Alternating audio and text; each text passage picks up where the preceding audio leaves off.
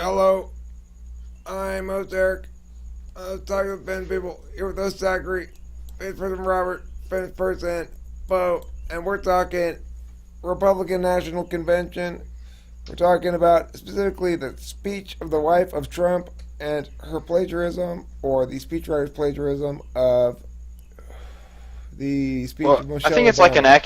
I think it's just like an accusation, but I mean, come on, it's pretty damn similar. Like, They admitted there's it some though. shit going on. The Oh, campaign did they? admitted it now. Yeah, that changed this Oh, I did evening. not At know some that. point, they quote unquote blinked. Huh. Um, yeah, it's when it first happened, like some of the stuff that goes on, like in the speech, where it's like, I'm pretty sure they made like a Rickroll reference of like, we won't like, what was it? Like we won't give the American people up. We won't let them down, stuff like that. Like I don't know. It just seemed to me like a big fucking media ploy by like Trump, just to fuck with everyone, like how he normally does. But like, it seemed like it looks like now like that was a legitimate fucking thing. And okay, first of all, I think they should leave Melania alone because she obviously didn't write that fucking speech. I mean, come on, she's a fucking like poster wife for Trump. I mean, not to demean That her, like, it was a Democrat that wrote that speech. yeah, it's like she definitely didn't write a speech. She doesn't deserve all the hate she's getting for it, but But the my speech was definitely plagiarized. my question is this: if she doesn't have anything to say, and she needs a speechwriter to write a speech for her, and even then, it doesn't really matter to her what the speechwriter says, then why do we care what she has to say? Yeah, why do we have Yeah, this tradition of the first lady being some like ennobler of some cause? I think that's very nice. I like this. Be the first lady. You're supposed to support your husband. Right. I don't understand the whole speechwriting thing in general. If in fact you are somebody who from whom we want to hear your opinions, shouldn't you be able to actually express your opinions without them write your own having to be speech. being written Yeah, for you ahead of exactly. time by somebody? Write your own speech. Yeah, but I mean, if Honestly, we while make we're that talking criticism of about Melania, we probably have to make the like, same criticism of a lot of presidents and a lot of first I ladies. just don't see why we're talking about this as if it reflects anything about the campaign. Okay, well, Yeah, that's does true. it? Let's ask that question. Does it? Do we think less of a campaign that knowingly plagiarizes speeches than we do of a campaign that doesn't? Do we think that reflects on the character I of any don't of the give a people fuck. involved? You don't give a fuck. I I Okay. don't really give a don't care fuck, about the honestly. first lady. But the first Yeah, I don't give lady, a fuck. that could be open to anything. Yeah, I don't give a fuck about the first lady. Okay, so can you imagine a situation where you would say, all right, I'm objecting to this presidential candidate because they did something that's intellectually, ethically questionable, like plagiarism? In other words, could you imagine yourself using that occurrence against somebody that you liked less? Um, probably yeah. I think like if it was like Hillary giving a speech that turned out to be plagiarized, I'd probably be all over that, honestly. Um, but maybe with this like perspective I have at the moment, if I had this perspective, I wouldn't. I would be reasonable in my judgments, I suppose. But But I see, mean, there's nothing that huh? I want to see us go back to a time of philosophically philosophically aligned statesmen, so that somebody runs for office because they've got a set of philosophical opinions and they're willing to see those opinions debated out. When Stephen Douglas and Abraham Lincoln had their series of debates, they'd have long debates against one another in the middle of cities, and then people come and stand around for hours and watch them debate it out. That would be badass. That's a citizen democracy, right? Yeah, that's some real shit. I would love to do that. All right, and unfortunately, we don't have anything closely resembling that anymore. Current presidential debates are anything but debates. They're just uh, attempts to exchange like catchphrases or something. I don't even know what to say about that nonsense. Oh yeah, it's the Republican debates this year were a real fucking like goofy ass show, and even the Libertarian debates were too. I mean, I saw like a clip of like wasn't one guy in his like underwear or some shit. I don't know what's going on over there, but Oh yeah, yeah, they you got naked guy walking on stage. like the Democratic debates were at least Bernie was criticizing Hillary on things that she deserved to get criticized for, and vice versa. But then he ended up fucking endorsing her anyway. So it's just like, what the fuck? The entire campaign was built on like anti-establishment angst, and then he ends up endorsing the most fucking establishment one of the entire fucking like primaries. You know? I think it's just a way of extracting all that value from that angst so that we can have an ideological trend going on within the country while we still say that we're on the face value a liberal capitalist nation and we have these specific values that we instill into the public. So it's the difference between a aristocratic class trying to like pander to just the commoners who are trying to create this fake face within the public sphere as their persona. So it's a lot of personality politics. Yeah, definitely. It's definitely a lot of personality politics. It's like, but yeah, it is interesting.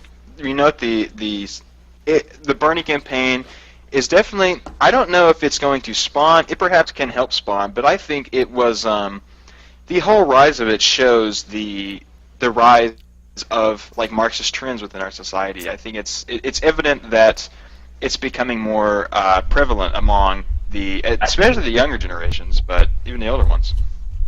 I think it's become part of the mainstream.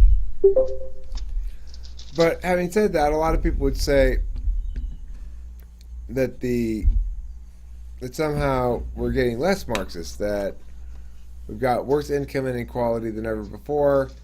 That corporations have more of a stranglehold on things than ever before. How do Well, you reconcile those two things? I think we it's still not have that it. it's that society's become more Marxist. It's that the criticisms of the current system have manifested themselves in a Marxist context.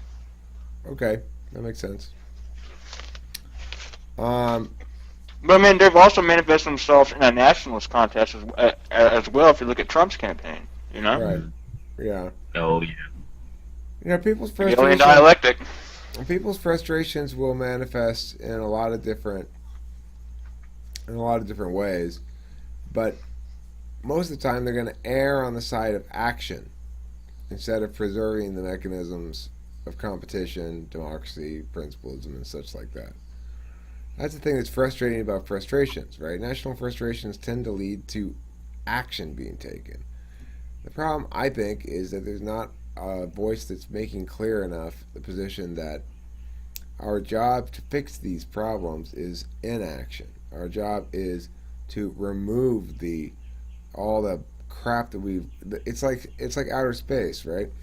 There's a time If you when don't we. take a stand in the political arena, you abandon it.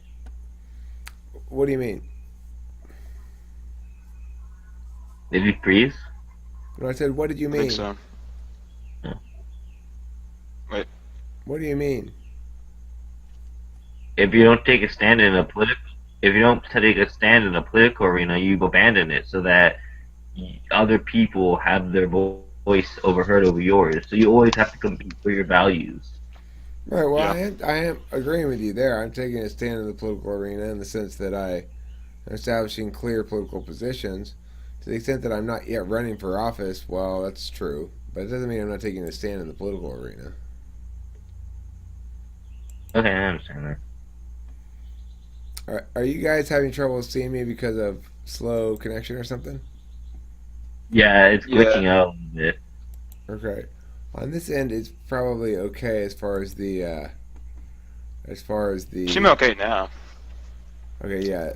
I think that's it's better now because I was uploading something and it's done, and I wasn't sure if it was done yet or not. But okay. So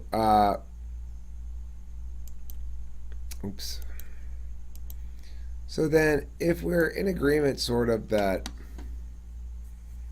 there's a relationship between engaging in the process and being legitimate and taking one's stance in some way, then is it possible to engage in the process without being corrupted by it? In other words, is it possible for a politician to become elected who's not pandering, lying, manipulating, or all this other shit that these politicians do to get themselves in a position to be elected president? I think the holisms of the state, like of what you're trying to define as the state and our mechanisms, those things are they.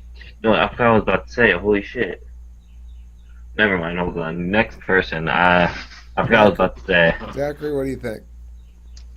What's the question again? Is it possible Oh, for is it some? possible for them not to become corrupted? So is it possible for someone to not have a sort of like detached perspective as they participate in the current political Is sphere? it possible for me to attain public office? What do you think?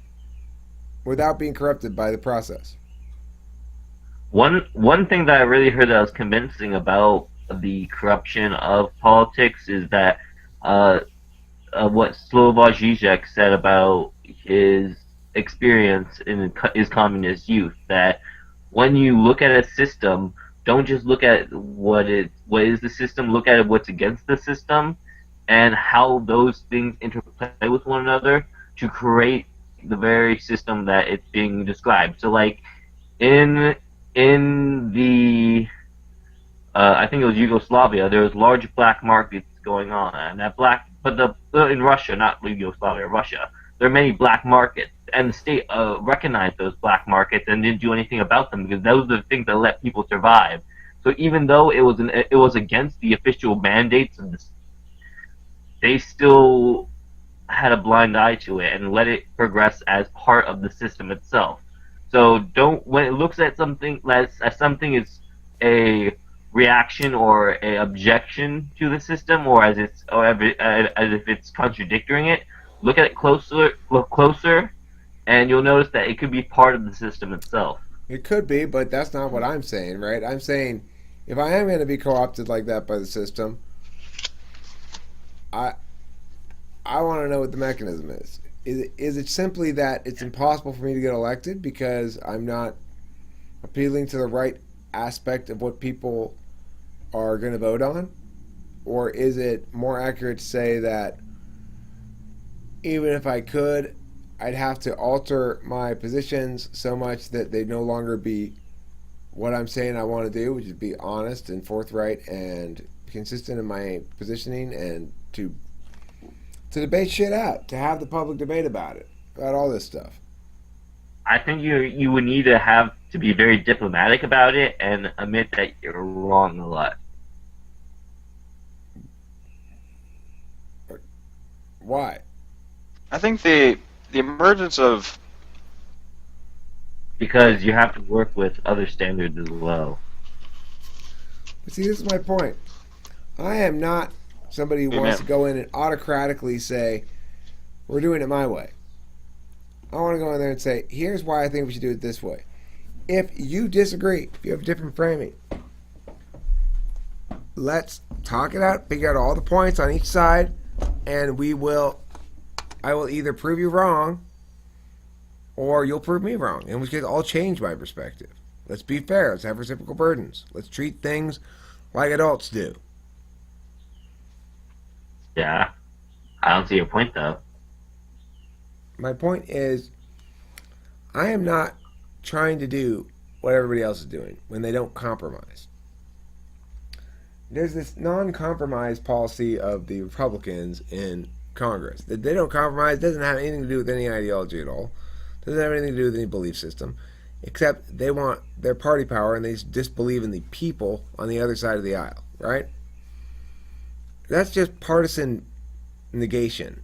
It's not actually establishing any beliefs that one ought or ought not compromise about.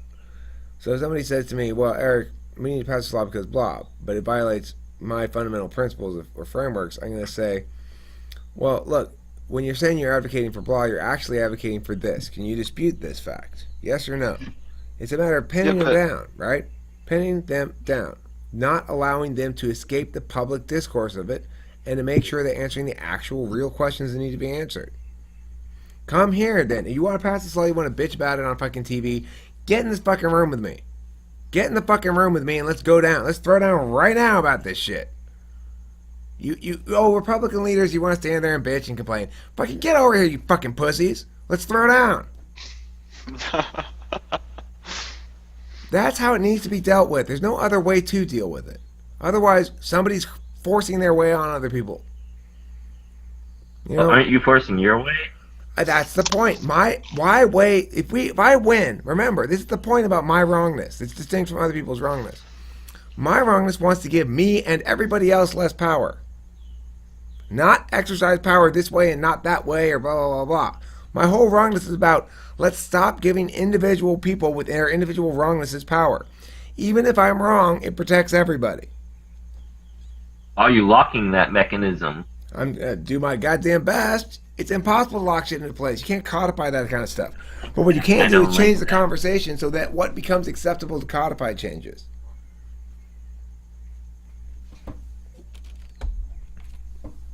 Right? Because remember, all I'm trying to do is prevent other people from coercing other people. I'm not trying to justify my own kind of coercion. That's the difference. I mean, in reduction of violence, you should be doing that, but I still think that to have the ability to do otherwise is important. Well, I know. That's why people are subject to unjustified violence. Yeah, Because a lot of people agree with you. Because a lot of people agree with you. The problem is you're not the one in power, right? Whenever you're saying, here, we need the ability to force people. Don't imagine yourself in power. Imagine your worst enemy in power. Because that's how it'll be one of these days. I've been in those situations, yeah. It's not fun.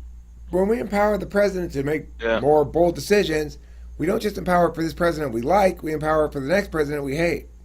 That's what people forget in general is that's a very important point. Is like giving the power to the federal government to do something might in that context be a good thing, but it opens that door for future presidents to neglect that responsibility and to abuse that.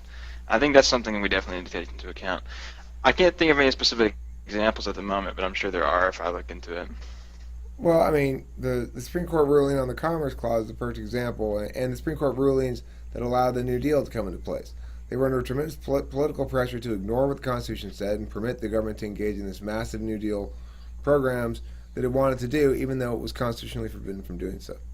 And what ended up happening is they made an exception here. Now all of a sudden there's precedent for breaking the constitutional barrier of the Commerce Clause. Now everything's commerce. Now the federal government can do anything they want.